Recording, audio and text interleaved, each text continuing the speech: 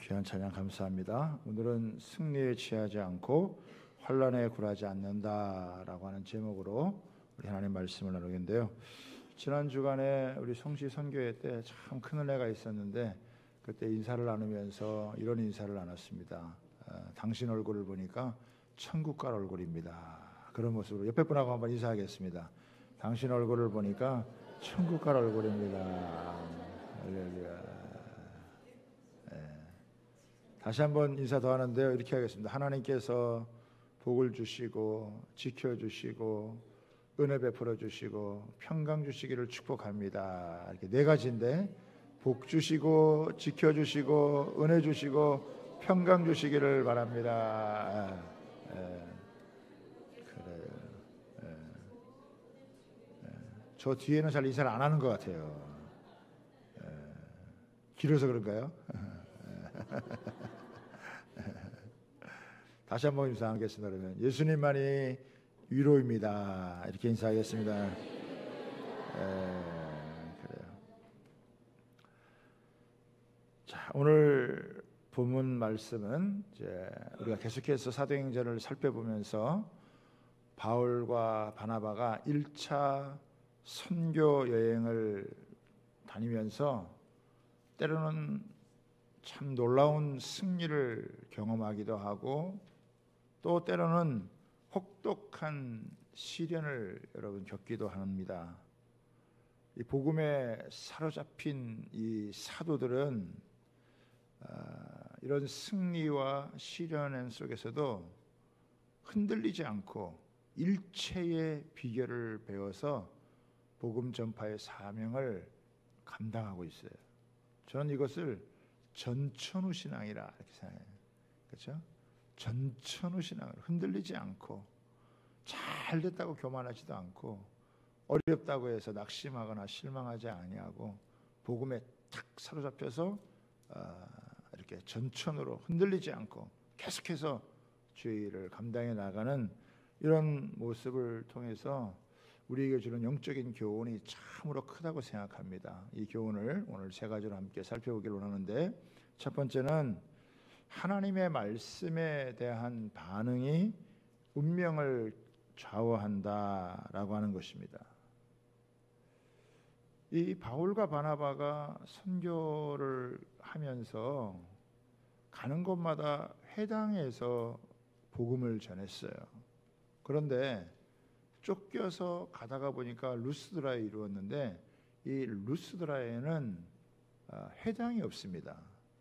여기는 아마 전역한 군인들이 많이 살고 있어서 아마 유대인들이 많이 살지 않았던 것 같아요.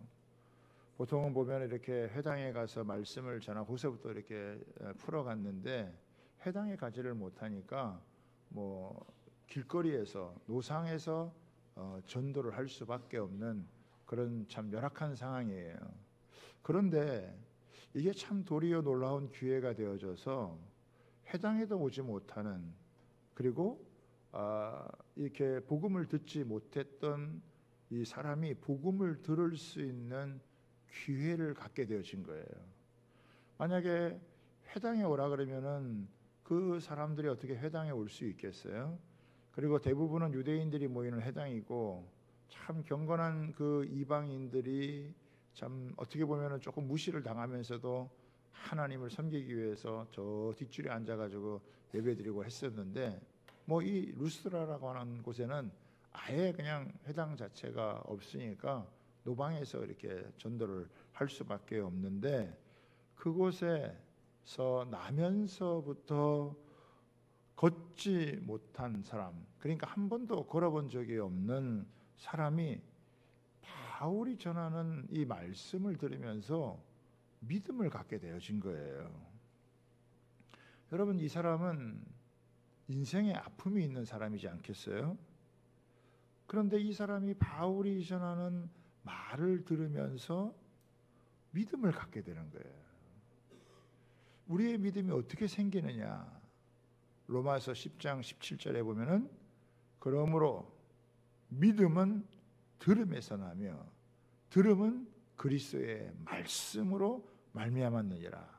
이 사람이 바울이 전하는 그 말씀을 들으면서 마음속에서 믿음이 생겼어요. 바울 사도가 이 사람을 유심히 주목해서 여러분 보니까 구원을 받을 만한 믿음이 그 안에 있다는 것을 발견을 하게 된 거예요. 아마 이렇게 말씀을 전하면서 청중들을 바라보면서 사람들의 눈빛을 여러분 살피지 않겠어요? 그런 가운데 유난히도 이 한 번도 걸어보지 못한 이 사람의 눈빛이 반짝거리면서 이게 반응하는 모습을 여러분 보게 되어진 거죠. 근데 여기서 구원을 받을 만한 이 믿음이라는 것을 아주 뭐 대단하게 무겁게 이렇게 생각할 필요는 없어요. 이 믿음은 뭐 천국 가는 그런 믿음이 아니에요. 아직 하나님에 대해서, 예수님에 대해서 제대로 잘 여러분 알지 못하지만 하나님 말씀을 들으면서 뭔가 마음속에 소망을 갖게 된 거예요. 그동안 이 사람은 소망이 없이 인생을 살아왔다고 해도 과언이 아니죠.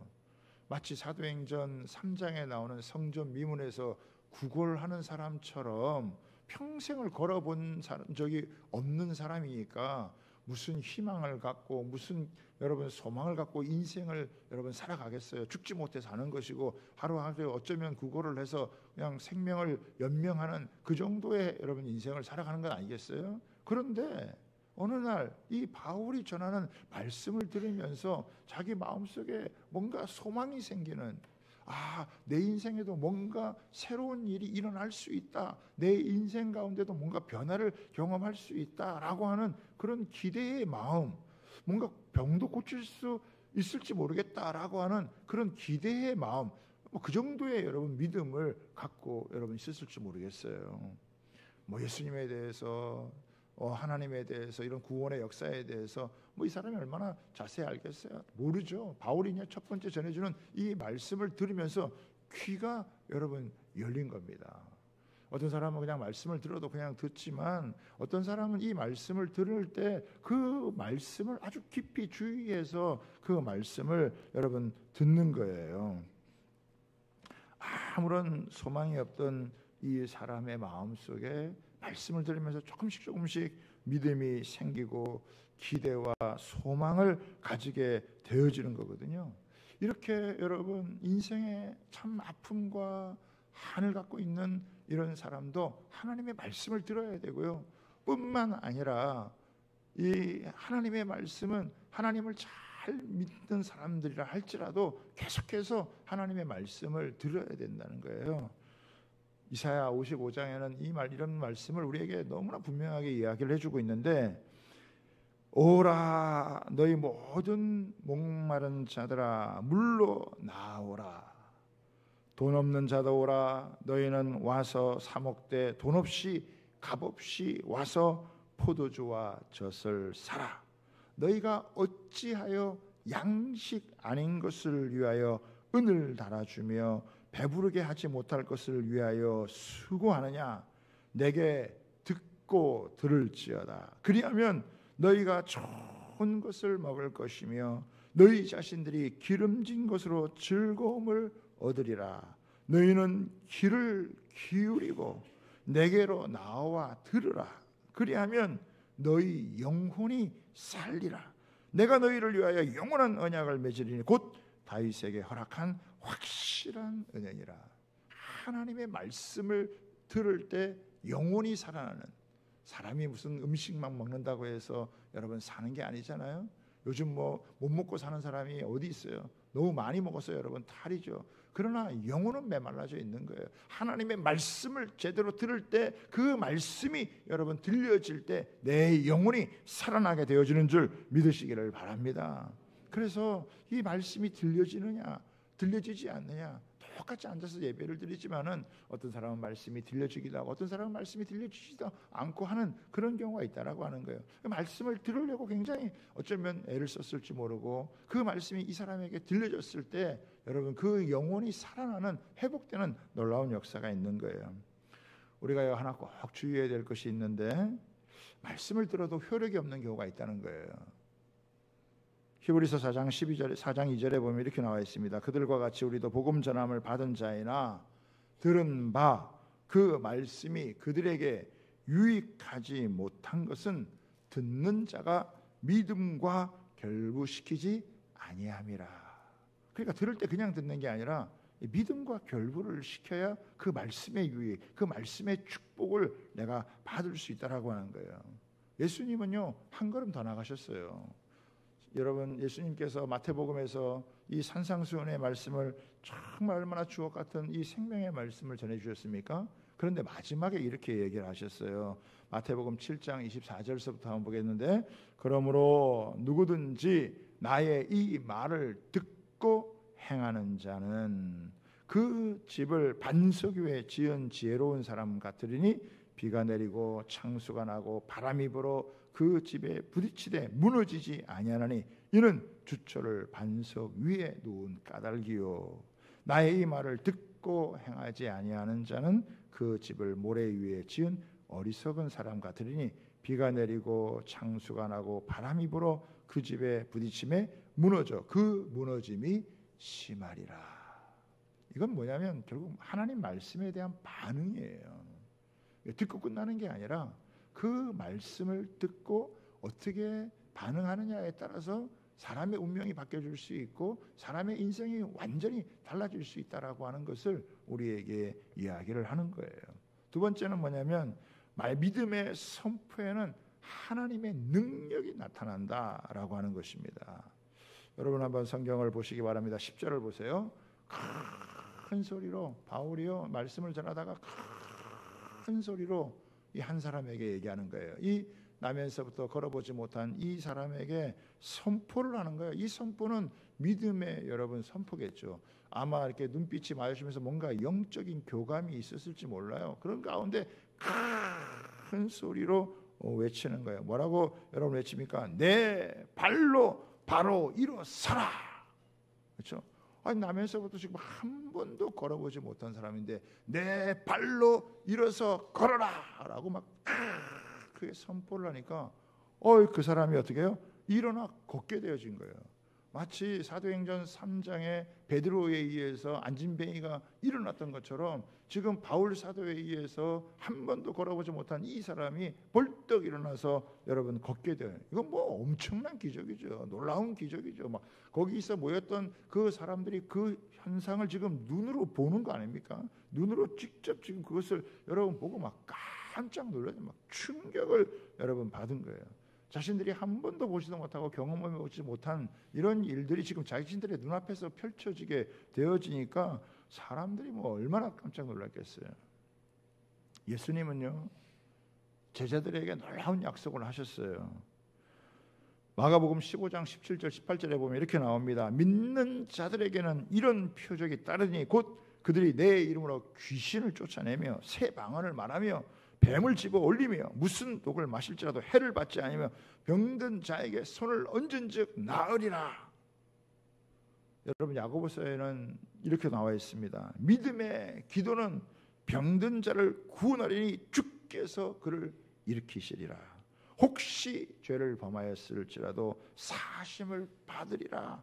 그러므로 너희 죄를 서로 고백하며 병이 낫기를 위하여 서로 기도하라. 의인의 간구는 역사하는 힘이 큼이니라. 여러분 이런 놀라운 약속을 주어서 이 말씀을 가지고 믿음으로 막 선포할 때 하나님의 일하시는 역사가 여러분 드러났다라고 하는 거예요. 그러니까 사도행전은 이것을 막 생생하게 지금 보여주고 있는 거죠.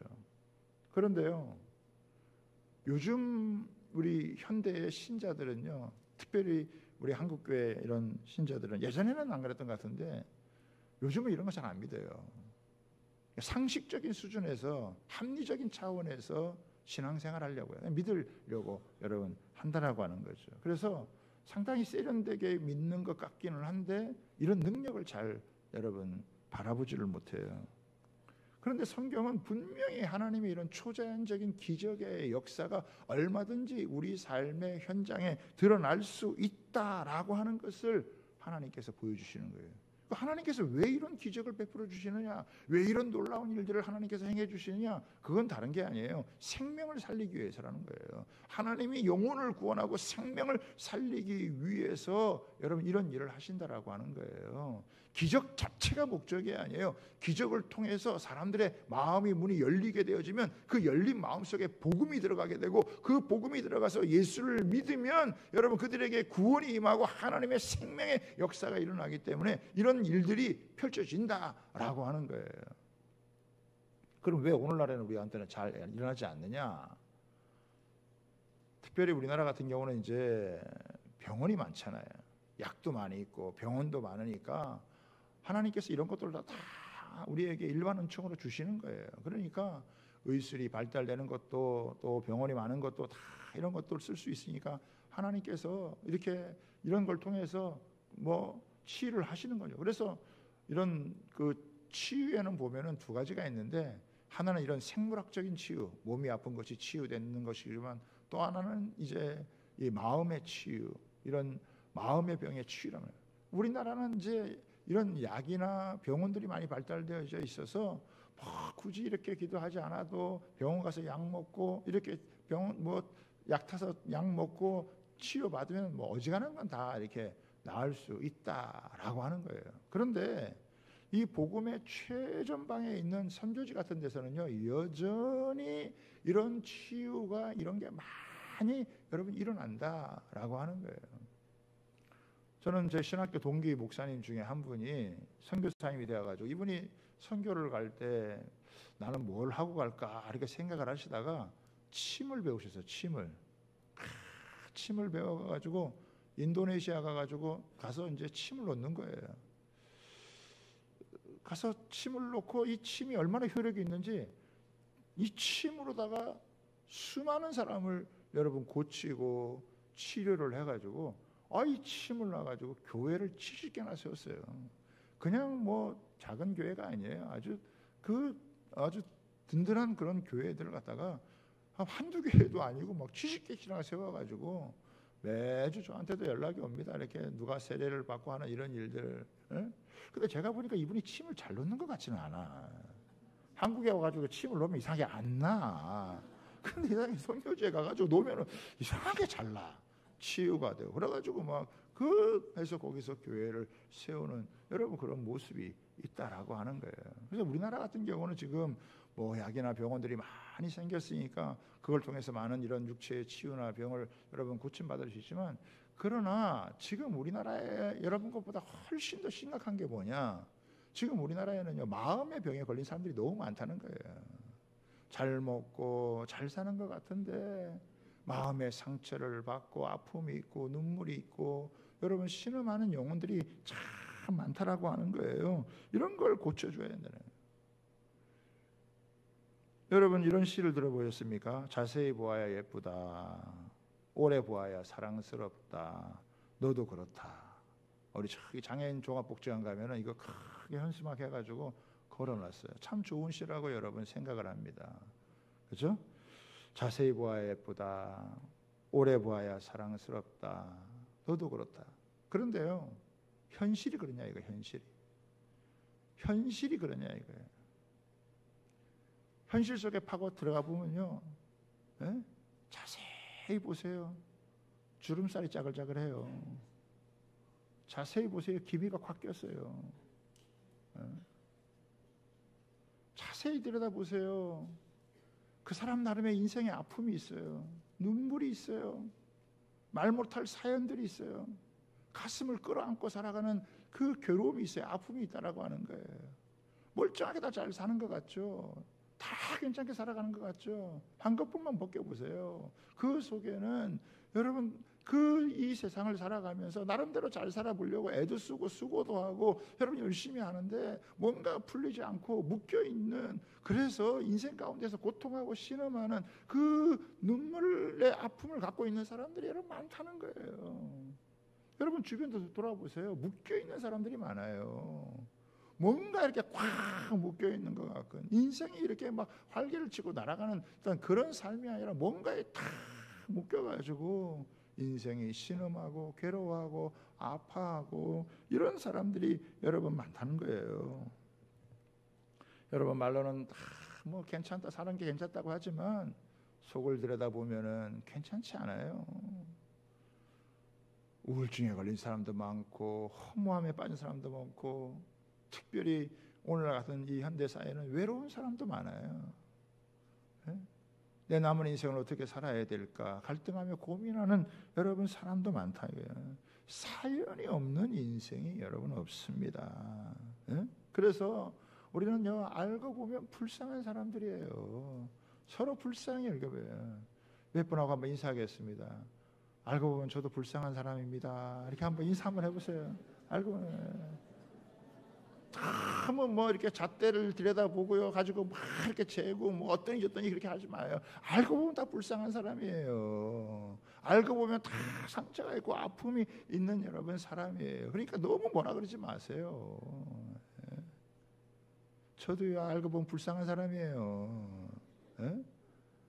너무 뭐라 그러지 마세요. 너무 따지지 말고 그러지 말라고요.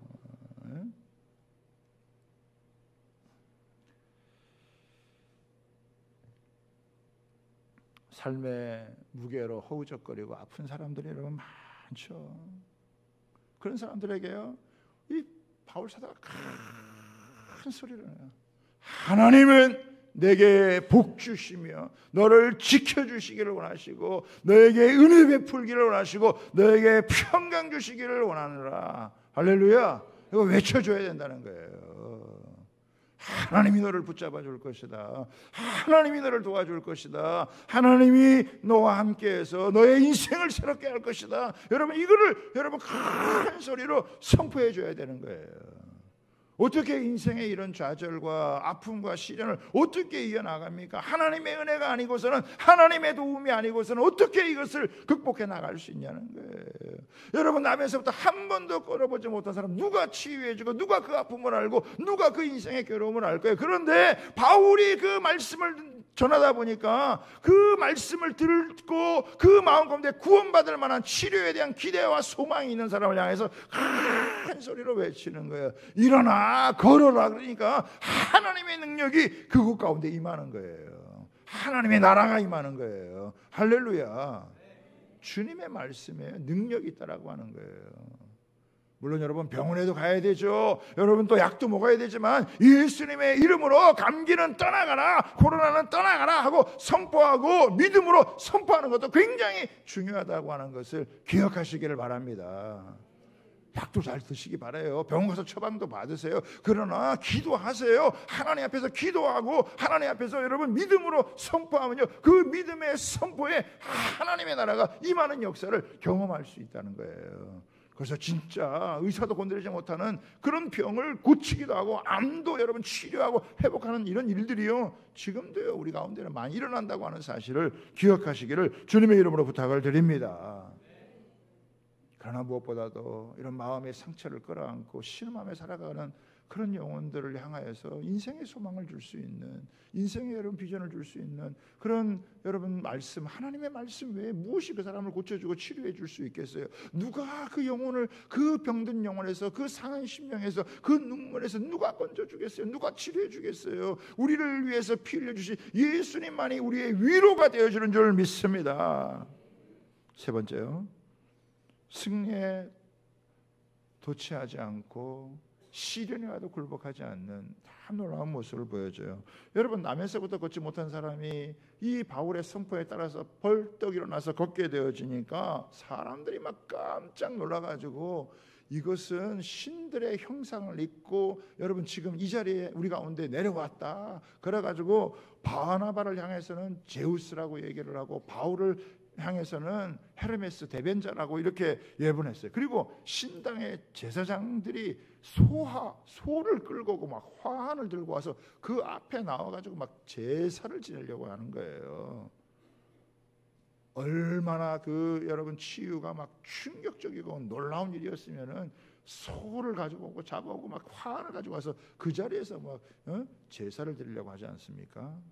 그러자 이 바울 사도가 막 옷을 찢고 무리 앞에 뛰어들어가 가지고 소리를 지르고 우리도 여러분과 같은 성정을 가진 사람이다라고 여러분 고백합니다.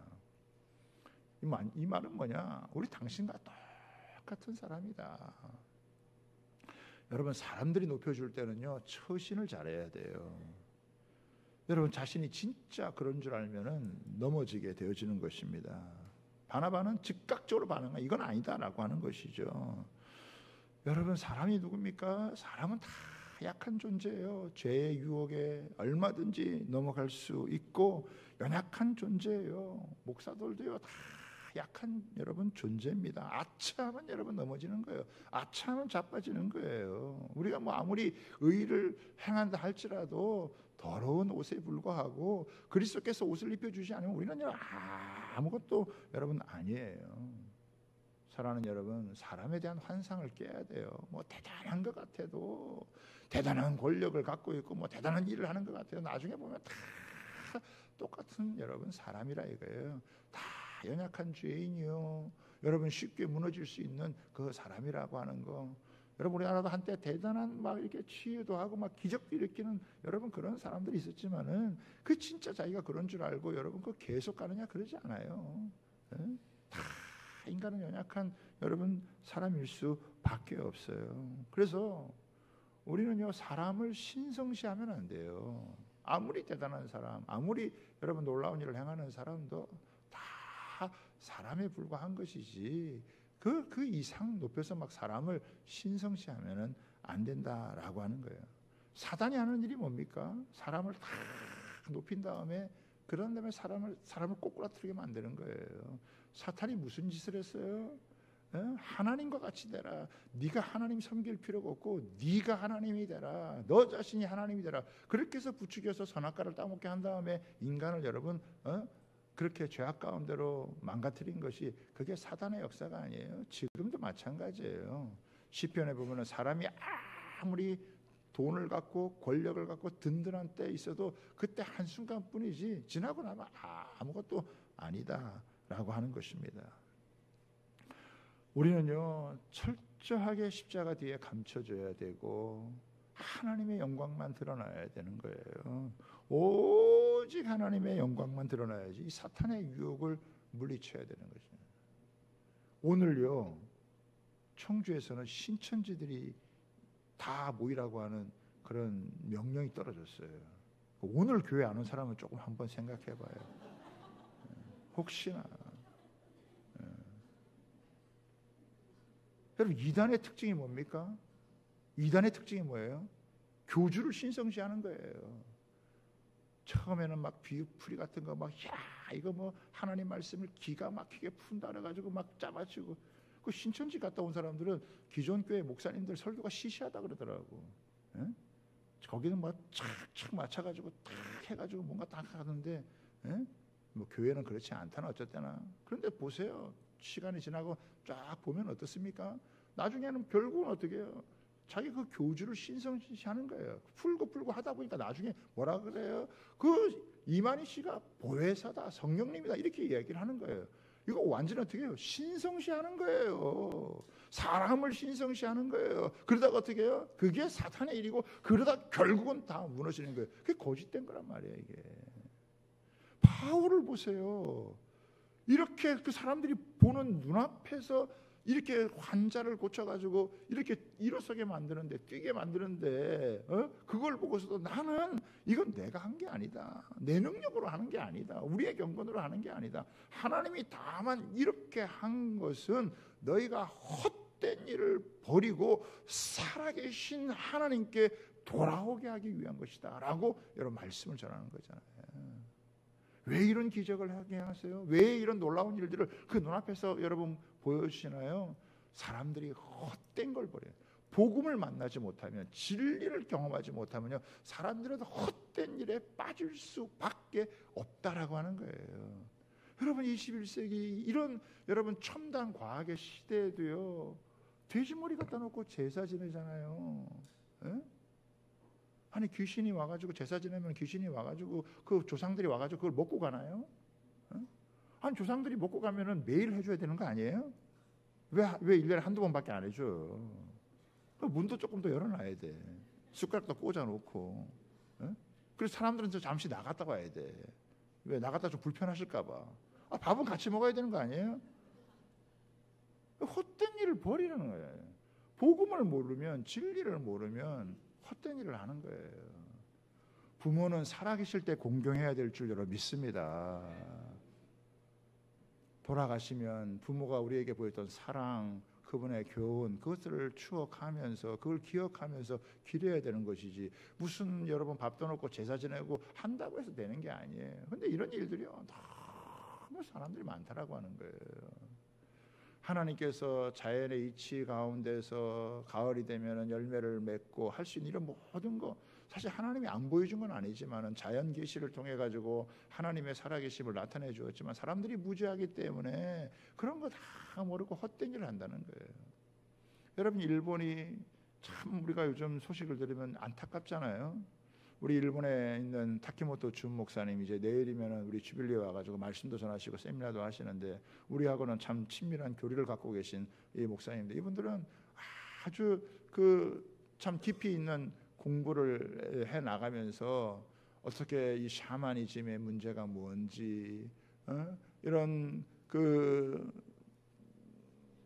종교가 갖고 있는 그런 헛된 일이 무엇인가를 아주 깊이 있게 공부해가지고 영적 전쟁을 하는 거예요.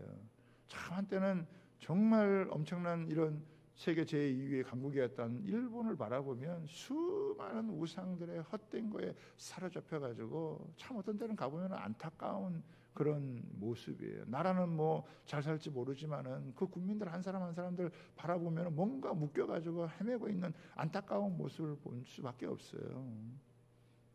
그분은 영적 전쟁을 여러분 하는 거예요. 이런 헛된 것을 버리고 하나님께 돌아와라. 사람이 무너지는 방법은 아주 다양하지만 사람이 회복하는 길은 딱 하나, 예수 믿고 하나님께 돌아오는 것인 줄 믿습니다. 그러니까요, 이걸 선포를 하는 거예요. 이렇게 놀라운 기적이 일어나고 사람이 높아질 것 같으니까 자기를 부인하고 자기를 부정하는 거죠. 우리도 똑같은 사람이다. 사람한테 절하지 마라. 사람한테 엎드리지 마라. 사람은 서로 존중하고 서로 여러분 사랑하고 섬기는 존재지, 이렇게 막 경배하는 그런 대상이 아니다. 오직 경배의 대상은 하나님 한 분이다. 여러분, 뛰어나도 능력이 있어도 잘돼도요, 하나님 앞에서 겸손할 줄 아는 게, 그게 여러분 경건의 능력인 줄 믿으시기를 바랍니다. 저는 하나님께서 여러분을 높여주시기를 바라요. 하나님께서 여러분들을 잘되게 해서 하시기를 바라요. 그러나 하나님이 높여주시고 잘되게 하실 때 그때 끝까지 겸손할 수 있겠냐는 거예요. 끝까지 하나님이 돈을 왕창 줘도 이 돈의 권력에 넘어가지 아니하고 돈의 파워에 넘어가지 아니하고 겸손하게 그것을 위해서 주님을 위해 쓸 수 있겠느냐. 하나님이 권력의 파워를 줘도 그거 가지고 하나님 나라를 위해서 쓸 수 있겠느냐. 여러분, 감당 못하는 사람 많아요. 돈 좀 있어 보세요. 예배 안 드려요. 돈 잘 벌어보세요. 돈 벌려고 정신이 없지 하나님 앞에 예배하겠냐고요. 권력이 있어봐야 자기 힘 갖고 휘둘리려고 하지, 그걸 가지고 제대로 섬길 수 있는 사람 그렇게 많지 않아요. 우리가 얼마든지 맨날 보고 있잖아요. 그런데 바울과 같은 사도에게 하나님 이걸 줘도, 이렇게 큰 은혜와 큰 능력을 줘도요, 이걸 오용하지 않는 거예요. 나는 아무것도 아니다. 우리는 너희와 같은 사람이다. 하나님이 다만 이런 기적을 행하신 것은 너희가 헛된 것을 보고 하나님 섬기게 하는 것이다. 얼마나 겸손한 사람이에요. 얼마나 이런 것을 여러분 유지할 수 있는, 이게요, 하나님이 승리를 줘도 성공을 하게 해도 교만하지 아니하고 이렇게 겸손을 유지할 수 있는 사람. 또 한편으로는요, 이렇게 루스드라에서 이렇게 사역을 하고 있는데, 이 비시디아 안디옥이나 이고니오에서 온 사람들이 와가지고 무리를 충동해가지고 바울을 향하여서, 바나바를 향하여서 아주 거짓된 이야기로 사람을 충동을 하는 거예요. 그 충동이 얼마나 셌던지 사람들이 막 돌을 들어가지고 바울과 바나바를 치는 거예요. 그래서 이 바울이 돌에 맞아가지고 거의 죽게 됐어요. 그 죽게 된 이 바울을 끌어다가 바깥에다가 가서 그 시외에다 그걸 버리는 거예요. 야, 이거 기가 막힌 일이잖아요. 여러분, 사람이 제일 상처 입을 때가 뭐냐면 사람한테 상처를 받는 거예요. 사람이 사람한테 받는 상처가 없으면 인생은 살만할 거예요. 그런데 믿었던 사람들, 이렇게 칭송했던 사람들이 하루아침에 돌변해가지고 배신을 때리고 앞에서는 막 잘하는 것처럼 하고 뒤에 가가지고 엉뚱한 이야기 했었고 그러면요 골치 아프죠 여러분. 얼마나 그것 때문에 상처 입고 가슴 아프겠어요. 바울은 뭐 그 정도가 아니라 막 돌멩이를 들어가지고 막 그 죽여가지고 쳐가지고 그 피투성이가 돼가지고 쓰러져가지고 죽게 된 거예요. 자, 그런데 보세요. 한번 보시기 바랍니다.